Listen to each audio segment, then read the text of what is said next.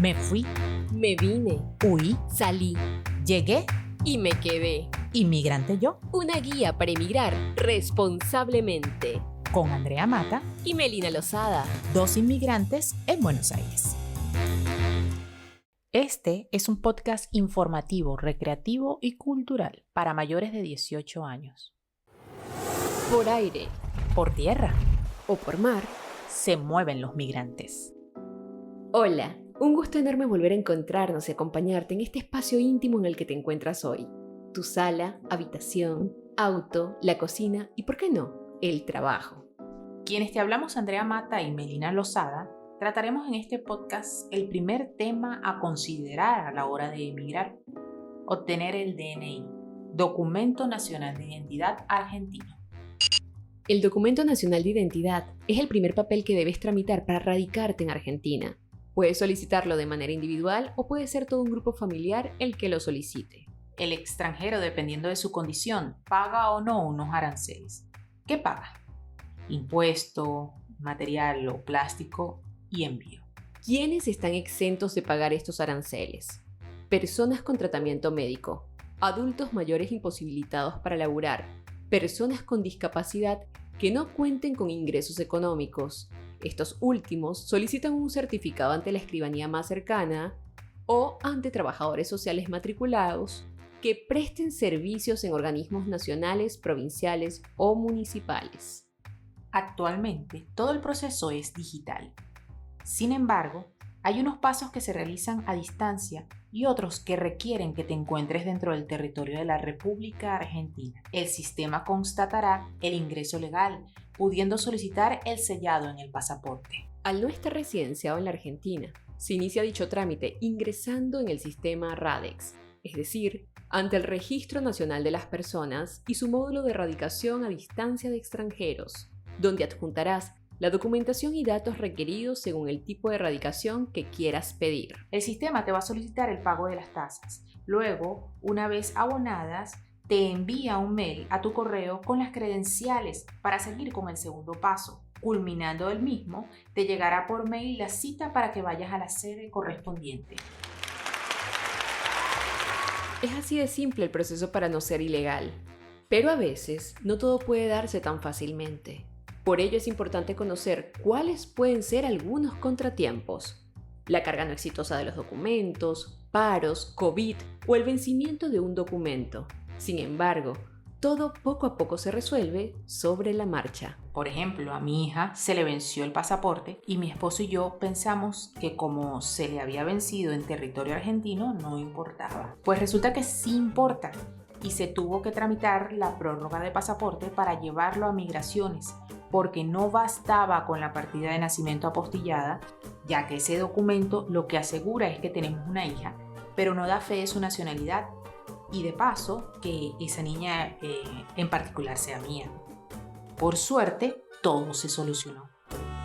¿Y tú, Meli? ¿Tuviste algún inconveniente con el DNI? Después de esas experiencias que cuentas, creo que no. Me vine con toda la documentación requerida para el momento: fotocopia del pasaporte, los antecedentes penales apostillados y hasta la cita ya solicitada desde Venezuela directamente en la página de la Dirección Nacional de Migraciones Argentina. Los demás recaudos los tramité estando aquí, como lo son los antecedentes penales argentinos y el certificado de domicilio, que solicitas en la sede de la policía cercana a tu lugar de residencia.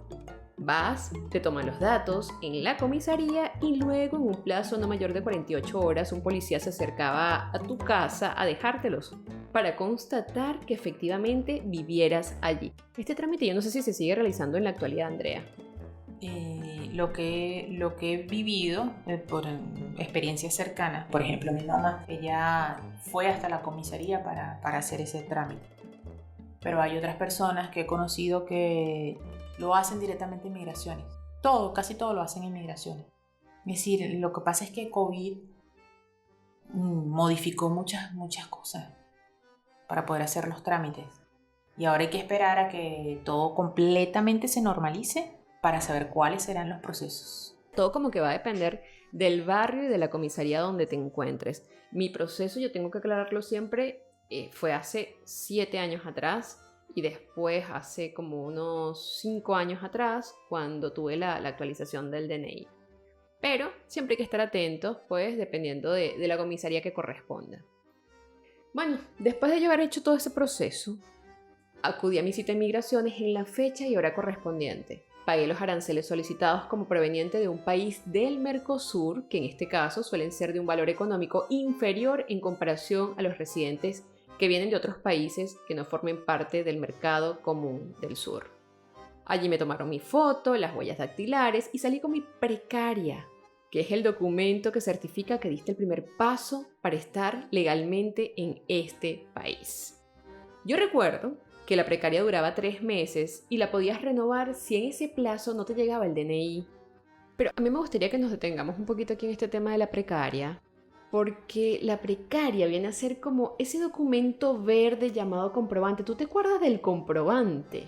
Que era ese que se entregaba antes en Venezuela cuando uno se iba a sacar la cédula para dar fe de que habías iniciado este trámite, y que muchos lo forraban con papel contact o lo plastificaban para usarlo hasta que retirabas la cédula en lo que era la Oficina Nacional de Identificación y Extranjería, mejor conocida como la UNIDEX, antes la DIEX, y que ahora sería el Servicio Administrativo de Identificación, Migración y Extranjería, SAIME. Pero ya han pasado algunos años desde ese acontecimiento, y de los 2 años posteriores que me llevaron a pasar de mi DNI con residencia temporal a mi DNI con residencia permanente. Pero yo me detengo mucho en el tema de la precaria porque aquí es simplemente un papel, es una hoja impresa. Eso es lo que determina tu legalidad o el inicio de este trámite legal en este país.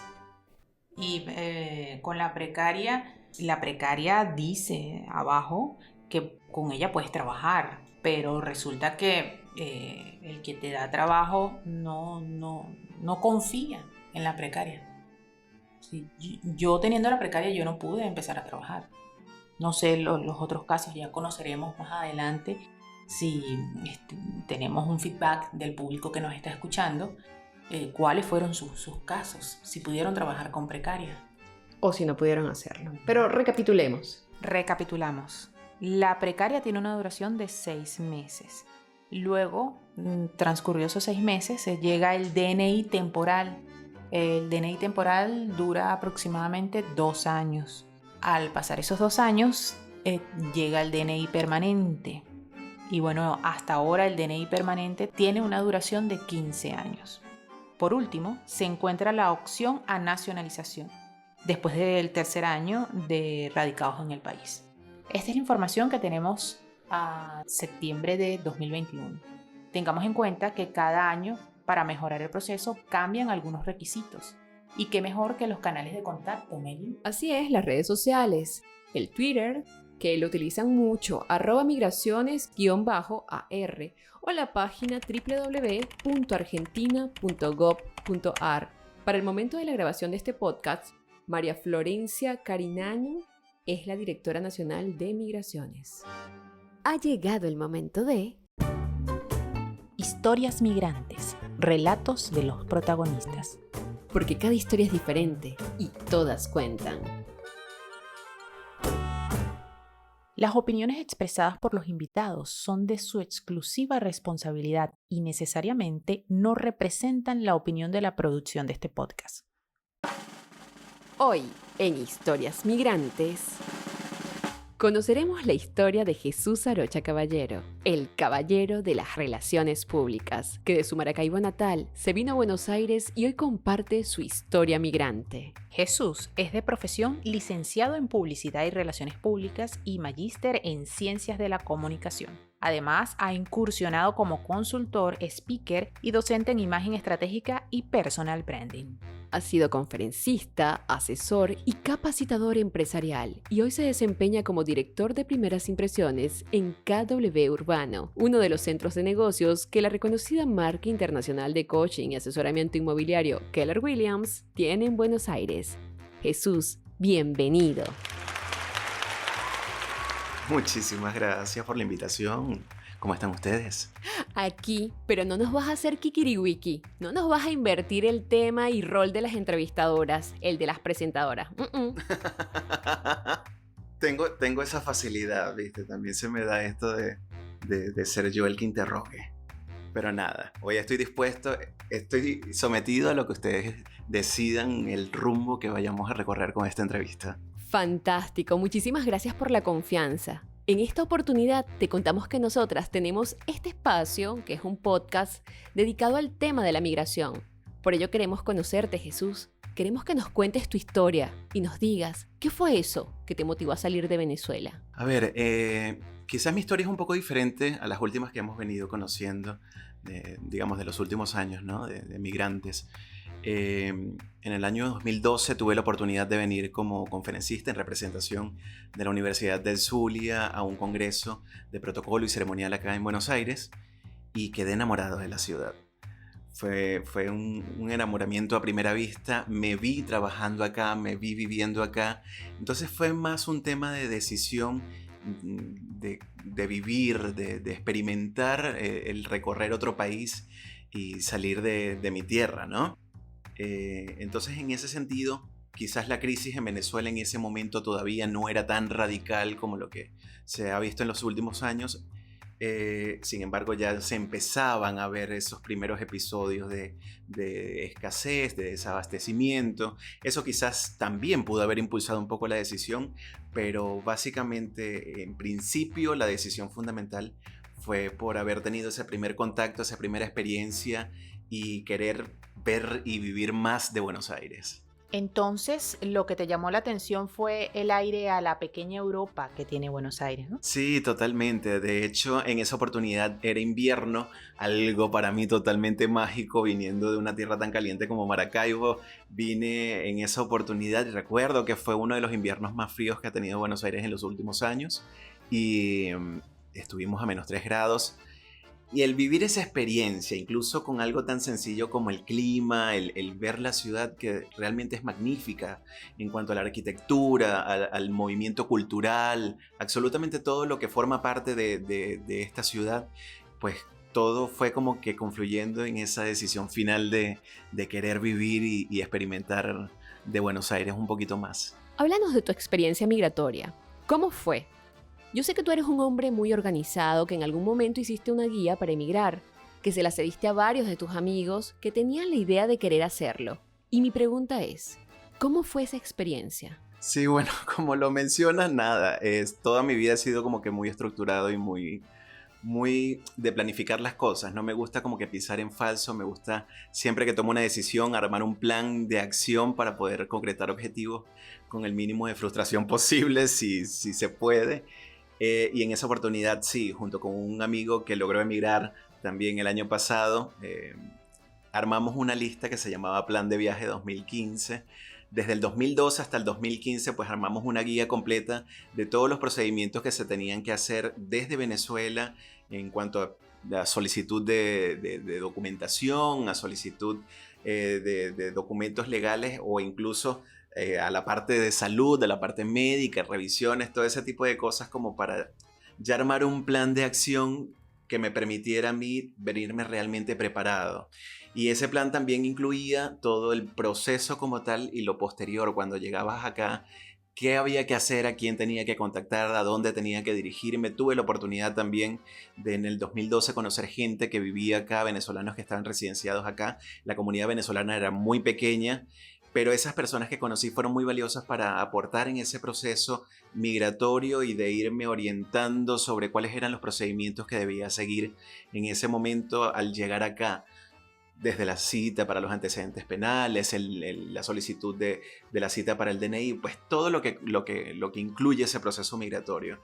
Entonces sí, fui muy planificado, quizás también por el hecho de que mi proceso migratorio fue más por un tema de crecimiento personal y profesional, incluso de abrirme a nuevas oportunidades. Entonces eso me dio la oportunidad de planificar muy bien las cosas, organizar, vender todo lo que tenía en Venezuela, incluso para cambiar a moneda extranjera, a dólares, para poderme venir. Entonces sí, efectivamente, ese documento se armó en su momento y también tuve la oportunidad de compartirlo con muchas personas. Sabes que me da curiosidad, porque esa guía la hemos leído varios. ¿Tú cumpliste tal cual lo que planeaste? Bueno, en cuanto a los procedimientos digamos, legales y todo lo que incluye ese paso, si quiere, de regulación de estatus acá, sí, todo, absolutamente todo se cumplió. Quizás, bueno, uno también en esas ansias de planificar tanto, yo planifiqué y me vi quizás llegando acá y empezar a trabajar en mi área, quizás mi historia no fue tan así, eso quizás me generó un poco de frustración, pero sí realmente creo que el haber planificado todo con tanto tiempo de antelación y haber hecho esa serie de pasos o esa guía que ya veo que recorrió muchos rincones, sí, y le sirvió a mucha gente, que era la idea en su momento también, poder ayudar a quienes tenían esa idea, esas ganas de salir de Venezuela, ¿no? Entonces sí, creo que básicamente todo lo cumplí. Sí, eso es a lo que voy, lo que mencionaste, porque una cosa es lo que uno piensa y lo que tiene planeado, y otra cosa es la realidad con la que te enfrentas cuando llegas acá. Sí, exactamente. Creo que una de las cosas que me ayudó a entender el proceso migratorio es que por mucha planificación que nosotros podamos tener, no tenemos control de absolutamente todas las cosas. Eh, Obviamente, si uno se planifica, quizás todo puede salir mejor, pero probablemente, y realmente pasa con mucha frecuencia, tienes que estar abierto a la posibilidad de que las cosas no van a resultar quizás como tú las visualizaste o exactamente igual, quizás te va a costar unos pasitos adicionales, un esfuerzo adicional y no tan de cuento de hadas, porque realmente emigrar no es un cuento de hadas, salvo que seas una superestrella famosa, que a donde llegues ya tienes una mansión esperándote con 4 limusinas afuera, donde tienes todo a tu disposición, quizás eso es otra cosa, ¿no? Pero cuando el proceso migratorio lo hace uno desde cero, con ese esfuerzo, ese empeño de querer mejorar y crecer, tienes que estar abierto a la posibilidad de aprender a manejar la frustración que puede producirte no obtener o lograr lo que tú pensaste que ibas a obtener en un corto tiempo, sobre todo. Creo que el primer año es el más fuerte o el más complejo, no solamente porque se mezclan las emociones de haber emigrado, el desapego que para nosotros los venezolanos es terriblemente fuerte, somos muy apegados a nuestra cultura, a nuestras familias, a nuestras realidades. Entonces, si a eso le sumas los cambios laborales, porque realmente muchos de los que emigramos, bueno, teníamos buenos trabajos en Venezuela o hacíamos lo que nos gustaba, lo que amábamos, y cambiar esa realidad o salir de esa zona de confort hasta llegar a un escenario totalmente imprevisible, un escenario en el que no sabes realmente si vas a lograr conseguir eso que estás buscando, te genera mucho estrés, te genera un montón de emociones. Entonces creo que ese primer año es el más duro y hay que estar preparado para eso. Yo creo que es importante en todos los escenarios posibles, para quienes ya logramos el proceso migratorio, es importante mencionarlo porque hay que ser muy fuerte emocionalmente para afrontar un cambio tan radical como este. No es solamente salir por salir, sino entender que se producen demasiados cambios que te mueven de alguna manera las bases de tu vida. ¿Y qué fue lo más difícil que experimentaste al migrar a la Argentina? Creo que en ese momento, obviamente amo y extraño a mi familia, como todos, ¿no? Pero una de las cosas que a mí más me afectó fue el tema laboral. Se los mencionaba, yo en Venezuela tuve la oportunidad de ser jefe de protocolo y ceremonial de la Universidad del Zulia, profesor universitario en la Universidad Católica Cecilia Acosta durante 5 años. Trabajaba en eventos, organizaciones, asesorías, daba conferencias, viajaba. O sea, tenía un ritmo de trabajo muy lindo en lo que yo disfrutaba, en lo que yo amaba.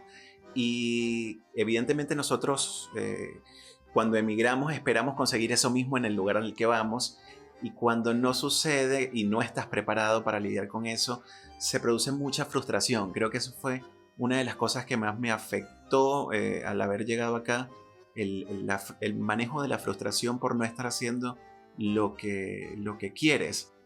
Con el tiempo aprendes y te das cuenta de que cada lugar por el que pasaste te sirvió para algo, te enseñó algo, te preparó para lo que seguía, y eso es importantísimo.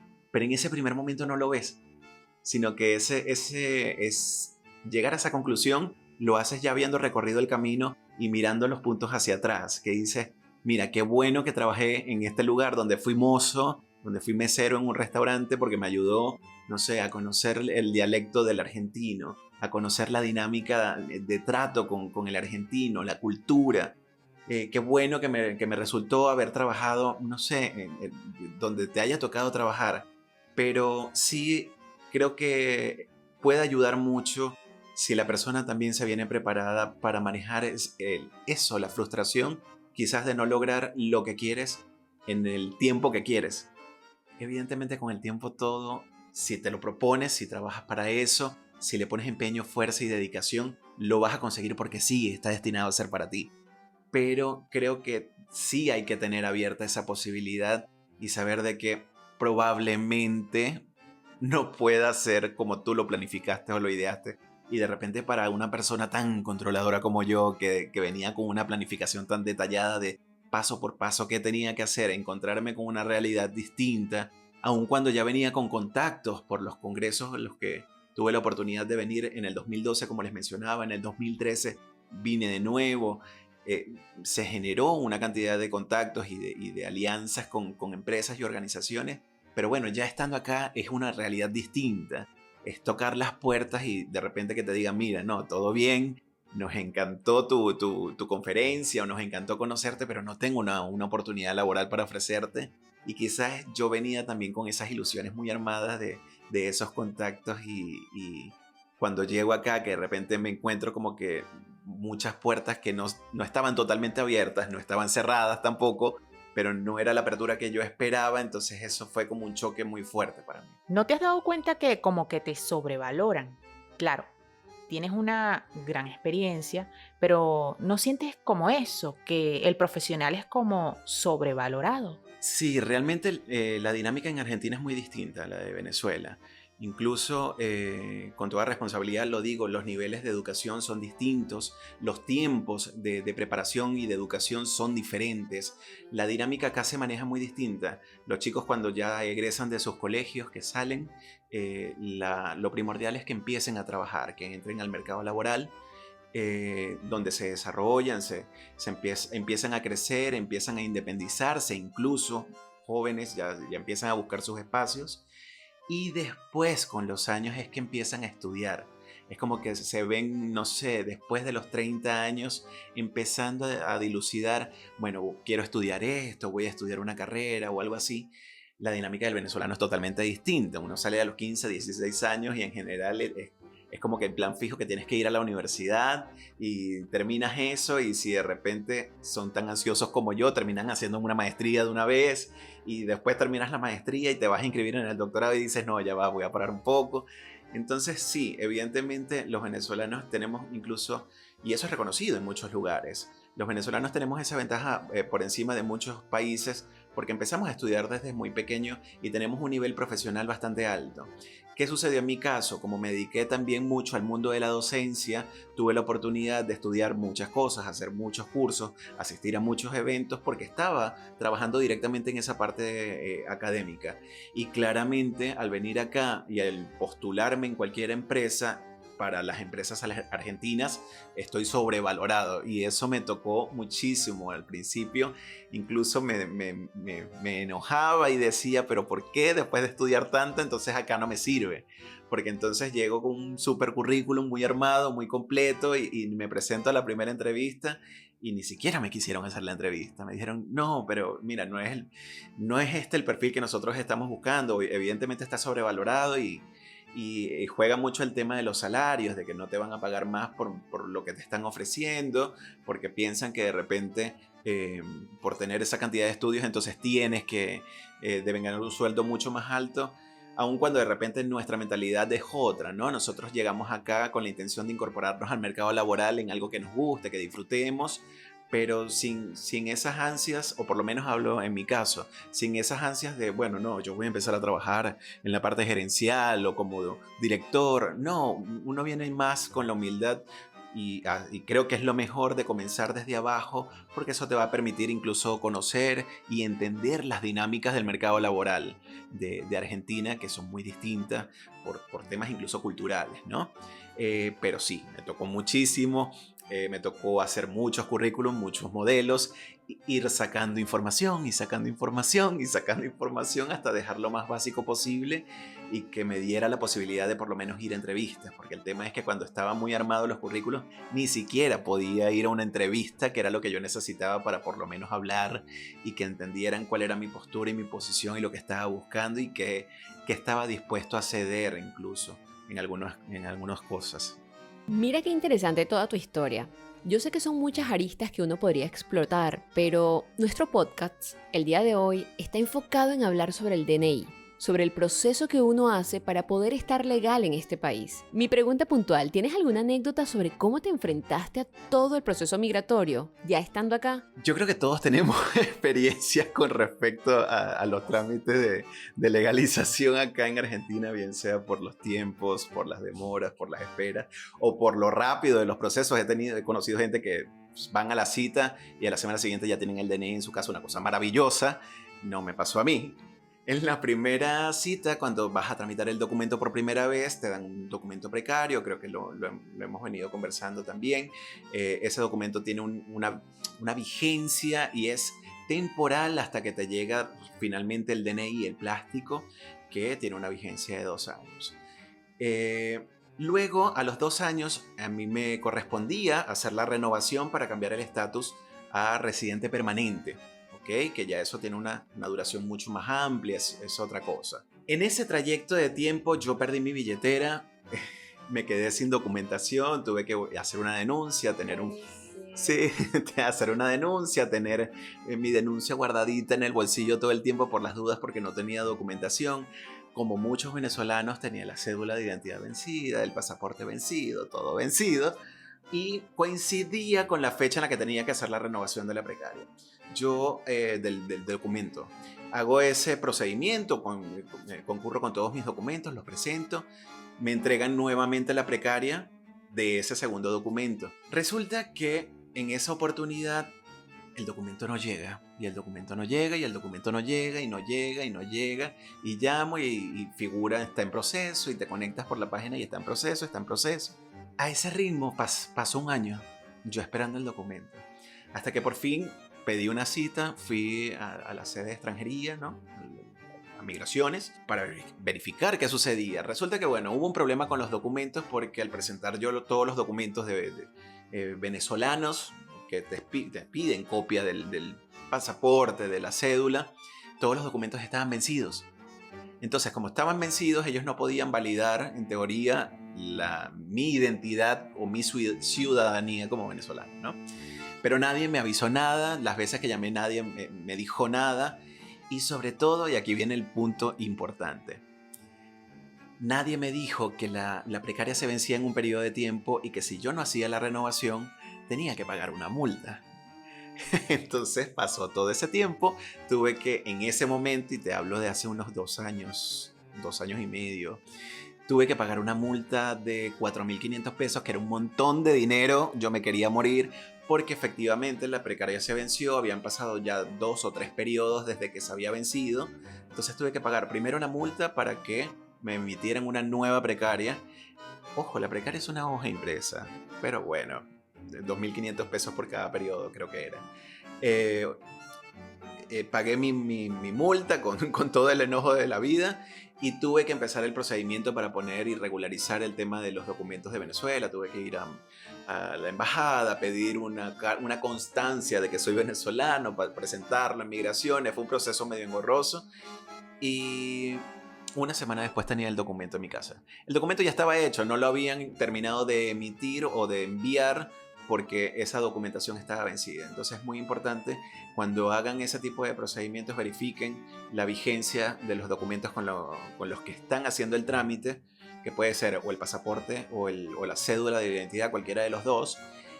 Y segundo, constaten que la vigencia de esos documentos temporales que te emite la Argentina, porque sabes que puedes pagar multas si no haces la renovación. Entonces, que no les pase como a mí, tomen esa precaución, es muy importante sobre todo en esa primera etapa en la que uno va llegando, que tiene que cuidar cualquier peso que tenga encima, traten en lo posible de verificar ese tipo de cosas. Sí, es verdad. Eso es importante, tener por lo menos algún documento de identidad vigente. Sí, totalmente. ¿Qué más te ha pasado así que tenga que ver ya no con el DNI, sino con el proceso en sí? Con el proceso con respecto a lo profesional, a lo laboral, a lo personal, a lo familiar, porque cuando uno emigra tiene miles de historias. Pero la más particular, la que tú digas, wow, esto me viene a pasar aquí en Argentina y no me pasó en ningún otro lugar del mundo. Yo te voy a contar una anécdota. Cuando yo llegué acá el primer día en la mañana, tuve que ir a la búsqueda del alquiler, del bendito alquiler para uno estar bien acá. Después de haber ido a la inmobiliaria a visitar una, otra, yo estaba muy cansada. Entonces yo me fui a una plaza y en esa plaza pues me senté, estaba acompañada y la persona con la que yo iba me dijo, necesito descansar, necesito dormir, voy a hacerlo en este banquito. Cosa que jamás en mi vida yo había ido a una plaza en Venezuela a acostarme en un banquito. Claro, estábamos allí las dos sentaditas y de repente se acerca un señor de estos de la calle con una bolsa y me dice, dame dinero. Yo lo veo y le digo, no tengo dinero. Y me dice, norteña de mierda, dame dinero, porque si no te voy a cortar. Yo tengo VIH, te voy a contagiar. En mi vida a mí me había pasado una situación semejante en mi país. Me viene a pasar aquí, en Argentina. Si no es porque mi amiga se despierta y le dice, hey, ¿qué está pasando acá? Ella me está cuidando porque yo estoy enferma. Entonces el hombre como que ahí se sensibilizó y dijo, ah, ¿estás enferma? Ah, bueno, yo también. Y agarró, se volteó y se fue. O sea, yo te puedo decir que es entre muchas historias que puedo narrarte, que podemos hacer un libro de las cosas tan particulares que me ocurrieron aquí en la Argentina y que mis amigos de acá me dicen, ¿y por qué te quedaste después de que viviste todo eso? Entonces tú, o sea, dime, háblanos o cuéntanos de una anécdota que digas, esto es insuperable, me pasó acá y bueno. No, con situaciones cotidianas de verdad que me ha ido bastante bien. Afortunadamente no he tenido ni episodios de robo ni nada. Es más, tuve 2 oportunidades en las que perdí el teléfono en salidas nocturnas y las 2 veces lo recuperé. Tuve la primera oportunidad, el taxista, llamamos y lo tenía un taxista, me lo llevó a mi casa, yo súper agradecido, le compré chocolates, no sé qué. La segunda oportunidad lo logré ubicar también y estaba en un hotel porque se lo consiguió alguien también en un taxi y se lo llevó a su hotel y lo dejó en la recepción por si acaso aparecía el dueño, qué sé yo, era un extranjero. Y bueno, nada, llamamos, el teléfono está en tal parte, lo fui a buscar. Son 2 cosas que en Venezuela probablemente no hubiese pasado. Pero con lo negativo no, fíjate que he tenido un recorrido bastante lindo con los argentinos y con la ciudad sobre todo. No he tenido ni episodios de xenofobia, ni mucho menos, ni situaciones así que me hayan puesto en peligro o en riesgo de ninguna forma. Creo que he tenido un recorrido bastante lindo si lo veo y lo comparo con otras personas, ¿no? Ha sido un lindo camino. Quizás, bueno, como emigrantes, bueno, pasamos también por muchas situaciones estando lejos del país, familiares que se van y que no los puedes despedir porque estás acá y que quizás no tienes la posibilidad de viajar en esos momentos. Sí, obviamente, pérdidas en las que uno no espera no estar, sí, porque uno cuando va creciendo uno piensa que va a estar con su familia todo el tiempo, eventos familiares que te pierdes también por estar lejos. Por ejemplo, mis 2 hermanas se casaron y no pude estar. Mis 2 hermanas salieron embarazadas al mismo tiempo y tampoco pude estar. Mis 2 hermanas tuvieron a sus hijos prácticamente el mismo día, con una diferencia de 14 horas y tampoco pude estar. Pero creo que la satisfacción de verlos a ellos bien y de tener la oportunidad de llevarlos en tu corazón a donde quiera que vayas es más valioso que cualquier cosa. Evidentemente sueño con ese momento en el que ya pueda verlos y abrazarlos, pero me conforta muchísimo saber que están bien. Qué lindo. Se ve que eres muy independiente. ¿Cómo manejaste esa situación? ¿Tuviste contención emocional aquí en Argentina? Sí, siempre fui muy independiente desde pequeño. como te dije, soy profundamente pegado con mi familia, los amo, los quiero, los adoro, pero sí, desde la parte personal, fui muy independiente. Ya yo en Venezuela me había independizado de mi familia, que también es muy común que el venezolano crezca en casas donde viven el papá, la abuela, la tía, los primos, y están todos, ¿no? Como que esas casas matronales en las que está toda la familia. En mi caso yo me independicé porque ya necesitaba mi espacio. Quizás algo fuerte que tuve que pasar o que se cruzó en mi camino de vida fue que yo cuando emigré con mi pareja y un año después mi pareja fallece acá en Buenos Aires. Fue un revés muy duro, algo que no te esperas vivir, sobre todo estando tan lejos de las personas con las que de repente puedes sentir eso, contención, ¿no? Estar lejos de tu familia, estar lejos de todo el mundo y pasar por un episodio así, estando acá. Afortunadamente tuve la oportunidad de estar rodeado de mucha gente que me brindó mucho amor, sobre todo, que era lo que necesitaba en ese momento. Abrazos calurosos y simplemente compañía. Fue un momento duro, un momento difícil. En esa oportunidad pues tuve que ir a Venezuela precisamente por esa situación. Sin embargo, una semana después volví y fue realmente duro afrontar esa pérdida y transitarla en la lejanía de la familia.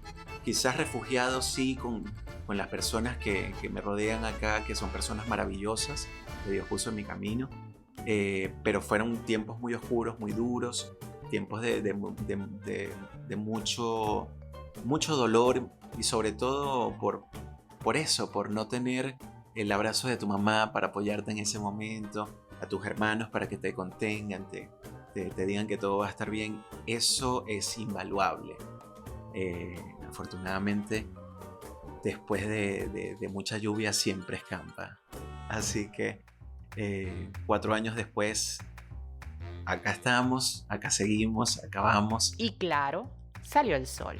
Salió el sol totalmente. Siempre que llovió paró. Siempre que llovió, paró. Con esa frase, yo creo que hemos llegado al momento donde nos gustaría que nos des las recomendaciones indispensables que podrías manifestar a alguien que, así como tú, quiera salir de su país de origen y trabajar en iniciar su vida en uno nuevo. Yo creo que el mejor consejo que puedo darles es que se planifiquen. Yo entiendo que el contexto de la situación país en Venezuela es muy distinto al de hace unos 5 o 6 años cuando yo me vine.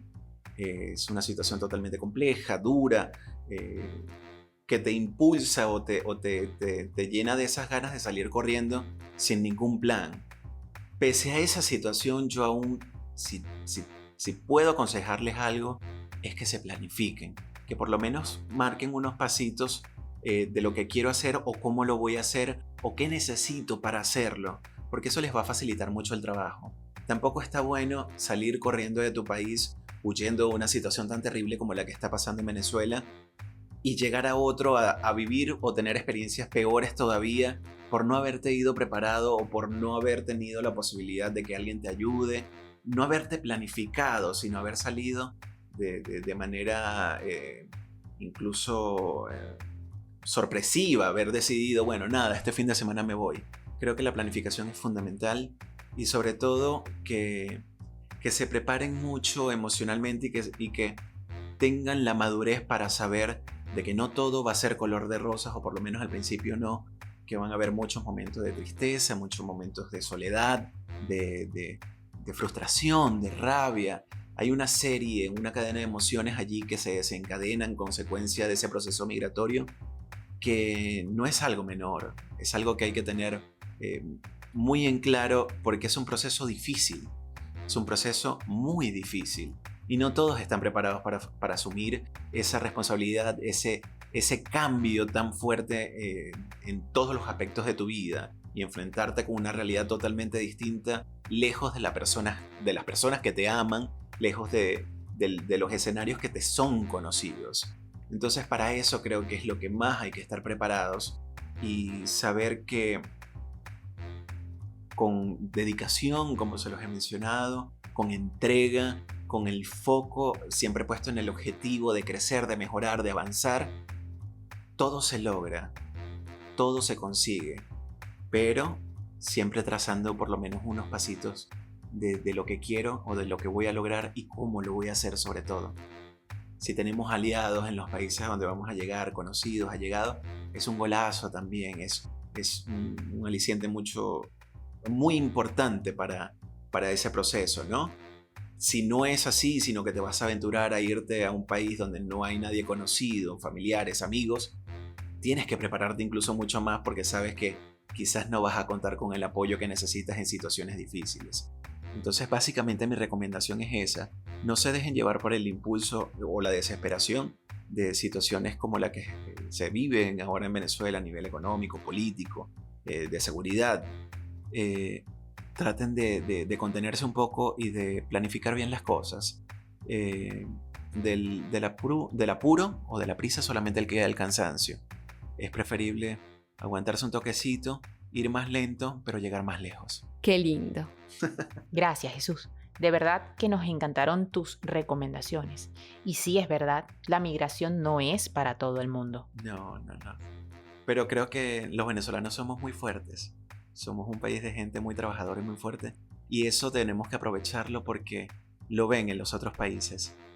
Saben que los venezolanos trabajamos, saben que trabajamos bien, saben que estamos preparados profesionalmente y que podemos hacer un montón de cosas. Entonces tenemos muchas cosas a favor. Apalanquemos todas nuestras ganas en eso y salgamos adelante, porque sí se puede. Muchísimas gracias. Cerramos este segundo episodio de Inmigrante Yo con Clandestino, tema del cantante francés Manu Chao, que lleva el mismo nombre del álbum lanzado en 1998 y que ha sido uno de los mejores de todos los tiempos según la revista Rolling Stone y que habla sobre migración ilegal.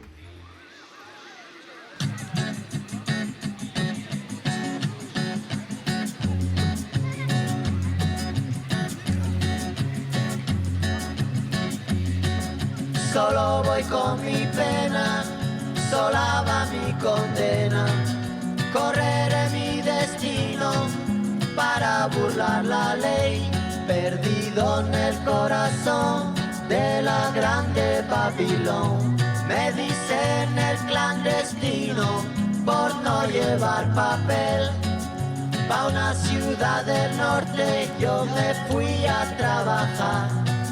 Mi vida la dejé entre Ceuta y Gibraltar. Soy una raya en el mar, fantasma en la ciudad. Mi vida va prohibida, dice la autoridad. Solo voy con mi pena, sola va mi condena. Correré mi destino por no llevar papel, perdido en el corazón de la grande Babilón. Me dicen el clandestino, yo soy el quebra ley. Mano negra clandestina, peruano clandestino, africano clandestino, marihuana ilegal.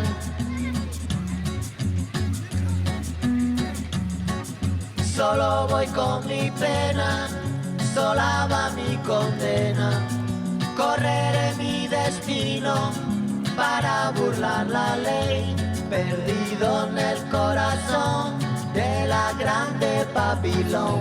Me dicen el clandestino por no llevar papel.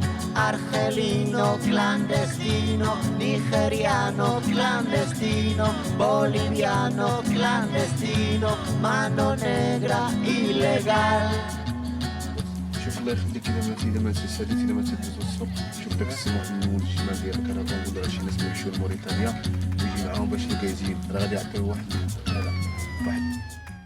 Yo soy Melina Lozada. Y yo, Andrea Mata. Y hoy estuvimos conociendo la historia migrante de Jesús Arocha Caballero. La invitación es para que nos acompañes en un próximo episodio de Inmigrante Yo para conocer sobre qué son los antecedentes penales argentinos y cuándo aplican sus usos. Además conoceremos un nuevo relato migrante.